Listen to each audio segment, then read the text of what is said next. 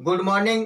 हम पढ़ रहे थे मेवाड़ का इतिहास और मेवाड़ के इतिहास में आज हम बात करेंगे राणा कुंभा की। यानी मोकल तक हमने देख लिया था और राणा कुंभा की अब बात करेंगे। तो राणा कुंभा है वो किसका पुत्र था? मोकल का पुत्र था। राणा कुंभा मोकल का पुत्र था। और राणा कुंभा की बात की जाए तो यह महान संगीतज्ञ था, संगीत का अच्छा ज्ञाता था, संस्कृत का भी अच्छा ज्ञाता था। और इसके अलावा जो राणा कुंभा है उसे कहा जाता है स्थापत्य कला का जनक। मेवाड़ में स्थापत्य कला का जनक कहा जाता है। यानी इसमें बताया जाता है कुंभा के बारे में कविराज श्यामल दास कहते हैं। यानी कविराज श्यामल दास के अनुसार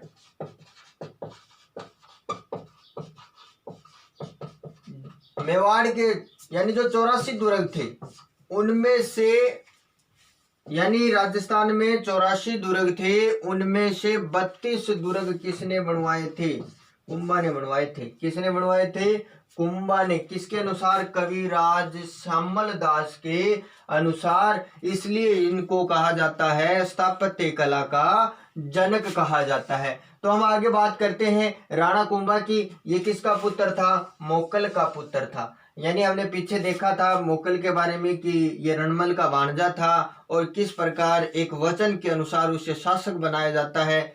मोकल की अगर बात की जाए तो मोकल वो लाखा का पुत्र था। और हमने पीछे देखा था कि जो शासक खेता था और खेता के 2 दासी पुत्र थे, चाचा और मेरा। चाचा और मेरा, इनका जिक्र हमने पीछे भी किया था और अब भी इनका जिक्र करते हैं। तो जब मोकल शासक बन जाता है तो यहाँ की शासन व्यवस्था में दखल अंदाजी करने लग जाता है। कौन? रणमल, जो कि मोकल का क्या था? मामा था। रणमल वो दखल अंदाजी करने लग जाता है और मेवाड़ की शासन व्यवस्था है वो चरमरा जाती है, डगमगा जाती है। और इसी का फायदा उठाते हैं कौन? चाचा और मेरा। क्या फायदा उठाते हैं? चाचा और मेरा, यानी पास में एक रियासत थी मालवा। मालवा के शासक थे महमूद खिलजी। चाचा और मेरा जाकर मिल जाते हैं किससे? महमूद खिलजी से जाकर मिल जाते हैं कि भाई आप हमारी सहायता करो। और उन्हें युद्ध के लिए तैयार करते हैं किसको? महमूद खिलजी को। और इसी के बाद मोकल, यानी मोकल और महमूद खिलजी और इधर चाचा और मेरा है, इनके मध्य युद्ध होता है। और इस युद्ध में मोकल है वो मारा जाता है। राणा मोकल है उनकी क्या हो जाती है? मृत्यु हो जाती है। इनको मार दिया जाता है। और इसका प्रत्यक्षदर्शी था, इस दृश्य का प्रत्यक्षदर्शी था कौन? मोकल का बेटा कुंभा था। अब क्या होता है? युद्ध में मोकल मारा जाता है और जो मेवाड़ के सरदार हैं वो क्या करते हैं? कुंभा को इस युद्ध से बचाकर ले जाते हैं और इसे क्या बना देते हैं? उत्तराधिकारी बना देते हैं, शासक बना देते हैं। अब यानी इसने देखा था कि हमारे पिता को चाचा और मेरा ने मार दिया, तो इस चीज का वो बदला भी लेगा। कौन लेगा? कुंभा लेगा। अब क्या करता है कुंभा? अपनी प्रशासनिक व्यवस्था को सुदृढ़ करता है और इसके बाद ये महमूद खिलजी के पास, यानी राणा कुंभा है वो महमूद खिलजी के पास संदेश भेजता है कि आपके पास चाचा मेरा और इनका एक पुत्र था जिसका नाम था महपा पंवार, क्या आप इनको छोड़ दो, इनको मेरे हवाले कर दो।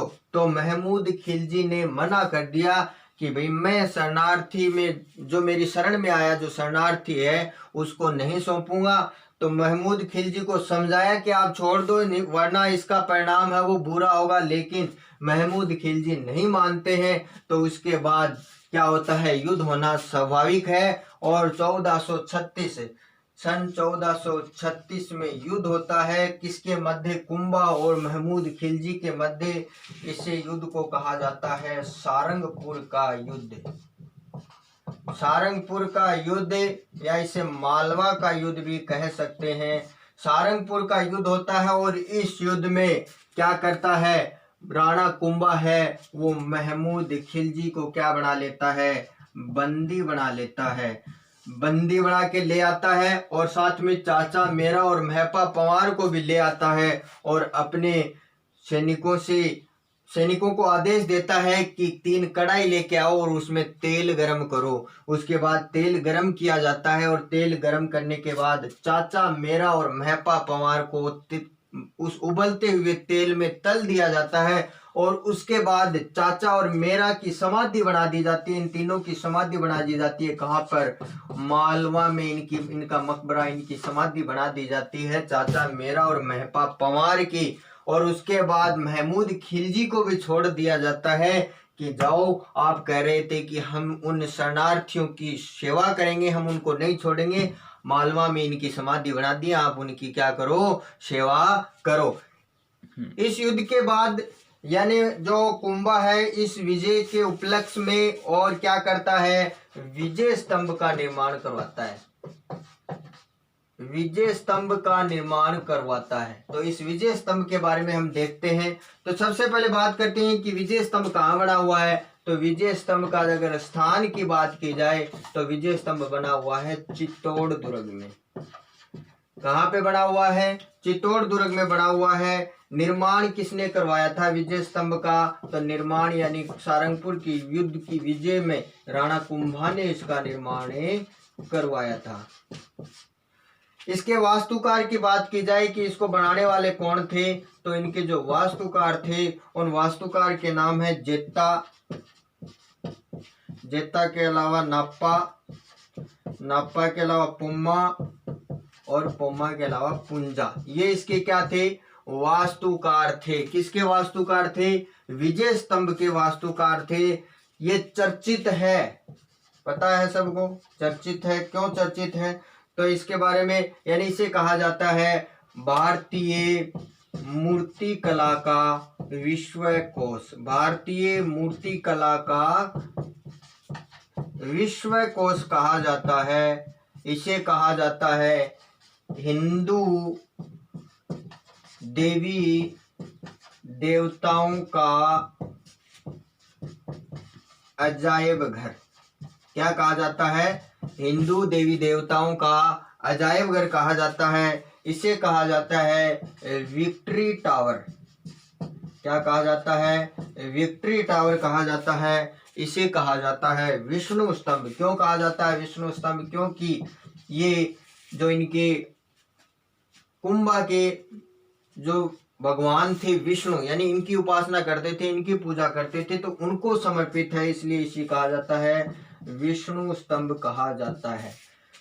अगर इसकी बात की जाए, इसकी लंबाई चौड़ाई की यानी इसके स्वरूप की बात की जाए, विजय स्तंभ का जो स्वरूप है इसकी बात करें तो ये 9 मंजिला है। कितने मंजिला है भाई? 9 मंजिला है। 122 फुट ऊंचा है, ऊंचाई है वो 122 फुट है। और इसकी चौड़ाई की बात की जाए तो इसकी चौड़ाई है वो 30 फीट है। विजय स्तंभ की चौड़ाई है वो 30 फीट है। और इसकी जो तीसरी मंजिल है, तीसरी जो मंजिल है उस मंजिल पर 9 बार अल्लाह नाम लिखा हुआ है। क्या नाम लिखा हुआ है? अल्लाह नाम लिखा हुआ है। अगर इसकी बात की जाए तो इसके ऊपर है कीर्ति स्तंभ प्रशस्ति। कौन सी प्रशस्ति है? कीर्ति स्तंभ प्रशस्ति। जिसका निर्माण कब करवाया वो भी बताऊंगा मैं। कीर्ति स्तंभ प्रशस्ति जिसका निर्माण कुंभा ने 1460 में करवाया। कब करवाया था? 1460 में करवाया। ये जो कीर्ति स्तंभ प्रशस्ति है इसमें क्या लिखा हुआ है? इसमें जो कुंभा का जो शासन काल है, कुंभा का जो शासन काल है उस शासन काल के बारे में वर्णन किया गया है कि कुंभा का शासन काल कैसा रहा। और ये जो कीर्ति स्तंभ प्रशस्ति है ये ऊपर की 3 मंजिलों में लिखा हुआ है, 7, 8 और 9। इन तीनों हुई मंजिलों पर कीर्ति स्तंभ उत्कीर्ण किया गया। इसको उत्कीर्ण करने वाले जो वास्तुकार थे उनका नाम है अत्रि। अत्रि के बाद इनके पुत्र थे महेश। इन्होंने इस कार्य को पूरा किया। अगर इस विजय स्तंभ की अगर हम बात करें तो ये जो विजय स्तंभ है इस पर भारत ने, भारतीय डाक विभाग ने 1 रुपए का डाक टिकट भी जारी किया था। 1 रुपए का डाक टिकट जारी किया था कब? 15 अगस्त 1949 को। 15 अगस्त 1949 को। इसी विजय स्तंभ को एक लोगो के रूप में अपनाया किसने? माध्यमिक शिक्षा बोर्ड राजस्थान अजमेर ने। माध्यमिक शिक्षा बोर्ड राजस्थान अजमेर ने कब अपनाया था? 1957 में। यही विजय स्तंभ हमारे राजस्थान पुलिस के जो जवान हैं उनकी जो पोशाक है उस पर लगा होता है, पोशाक प्रतीक है। इस पोशाक प्रतीक को कब अपनाया गया था? 6 नवंबर 2001 को। क्या? राजस्थान पुलिस का पोशाक चिन्ह। तो ये कुछ विजय स्तंभ की कुछ बातें थी, यानी विजय स्तंभ का निर्माण क्यों करवाया, कब करवाया। तो विजय स्तंभ का निर्माण है वो सारंगपुर युद्ध की स्मृति में करवाया था। कुंभा है, उनको कुछ उपाधियां थी, उनके कुछ उपनाम थे। उन उपनामों के बारे में हम जानते हैं कौन कौन से थे। इन्हें कहा जाता है अभिनव भट्टाचार्य। क्या कहा जाता है? अभिनव भट्टाचार्य। इन्हें कहा जाता है हिंदू सुल्तान। इन्हें कहा जाता है हिंदू सुल्तान। इन्हें कहा जाता है राणो रासो। राणो रासो किसे कहा जाता है? कुंभा को। इन्हें कहा जाता है हाल गुरु। इन्हें कहा जाता है शेल गुरु। इन्हें कहा जाता है छाप गुरु। इनकी बहुत सारी उपाधियां हैं। अभिनव भट्टाचार्य, हिंदू सुल्तान, राणो रासो, हाल गुरु, शेल गुरु, छाप गुरु। इसके अलावा इन्हें परम गुरु,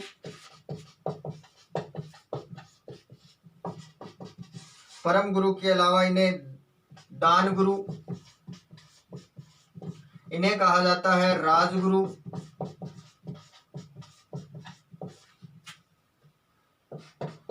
इन्हें कहा जाते हैं नाट्य शास्त्रकर्ता। नाट्य शास्त्रकर्ता। इन्हें कहा जाता है अश्वपति। इन्हें कहा जाता है गजपति। इन्हें कहा जाता है नरपति। इन्हें कहा जाता है दुर्गाधिपति।